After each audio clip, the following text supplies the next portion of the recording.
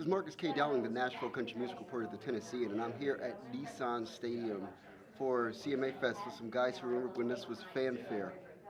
I'm here with That was a long Shenandoah. time ago, wasn't it? I know, so take me back to the Nashville Fairgrounds when you guys were at the peak of really running hot. Oh, Lord, in speaking those of hot, days. it was hot. It was hot. That's what I remember the most about it, was how hot it could be out there and humid. Yeah. So humid out We, there. we always kind of wondered why in the world they would have it in the heat of summer. Well, I mean, you get all the fans out, the school's out, everything's happening. Makes sense, right? Yeah, I mean it does, but I mean I'm just saying, it really kind of seemed like where you were having it. Right. It just kind of seemed like the wrong time of year. But, We made a lot but of friends. logistically, it made all the right. sense. Over the years, too, I mean, we did it for so many years back in those days, and we would meet, a lot of times we'd meet the same people every Right. year.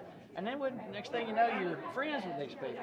Right. They'd come see you at, whatever their hometowns were, and you see them there and you're on a first name basis, and they still come to see us, and we still consider them friends of ours. Right. And we made those friends way back in those years of FanFest. So take me into the set tonight, next to you, next to me. We're gonna Oh hear yeah. it. We're gonna Yeah, hold up with that one. we'll fire up with that one. Okay, definitely. So that came out when I was 12, Now, hang on now. and I had just What you started. trying to say? I'm not saying anything. I'll tell you, as a child, I got into country music when I was 8 years old.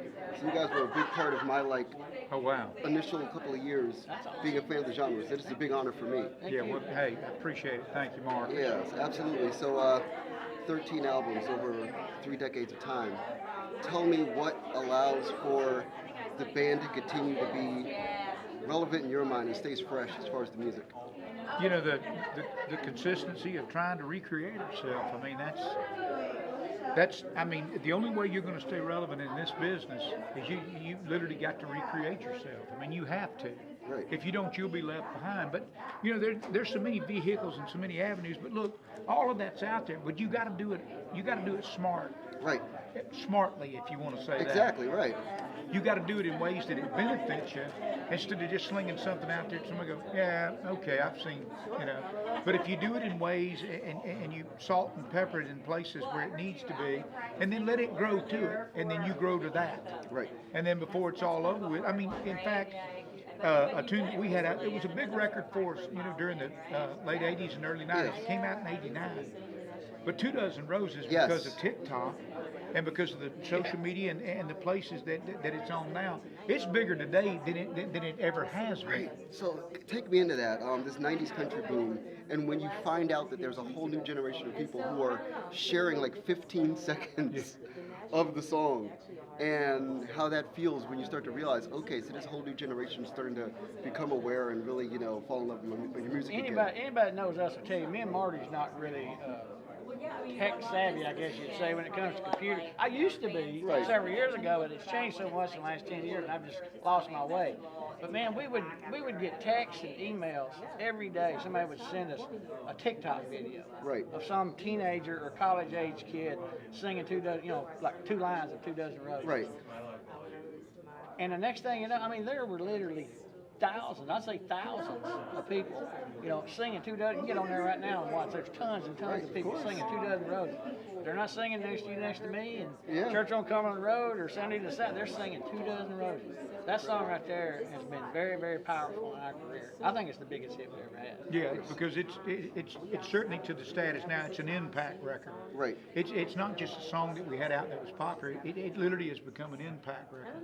Right. So, final question, if you guys could take me into your first time that you were at Fanfare, and what was the thing that really stood out the most about being in that moment and being around all of your other fellow country music stars?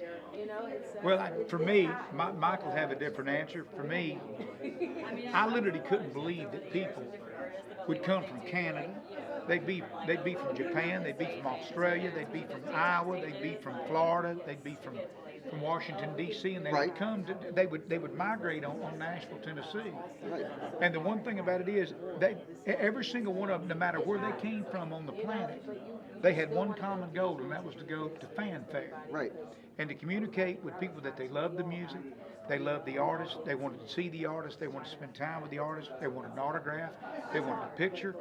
Whatever it was, that was the one migration thing that they had in common. So when they came to town, that's what the buzz was about. Man, it's Fanfare. Of course. And I mean, this is the week for it. Right. So, And I'll tell you something else that was special back in those days, and it still carries over today. All the guys that are artists, people that you hear on the radio, we've become really great friends with tons and tons of people. And it's like a family reunion. Every time we come back up here to do this thing, we run into artists that we worked with or met here, and just became really great friends with. So it's a family reunion for us. Fantastic. So, this is Marcus K. Dowling, the Nashville Country Music Reporter, Tennessean, here at CMA Fest with Shenandoah. Thanks so much, hey, guys. Marcus, it was Thank a you, Mark. pleasure. Thank you, Appreciate buddy. it. Appreciate Absolutely, it. pal. Thank you, man. No Thanks doubt. for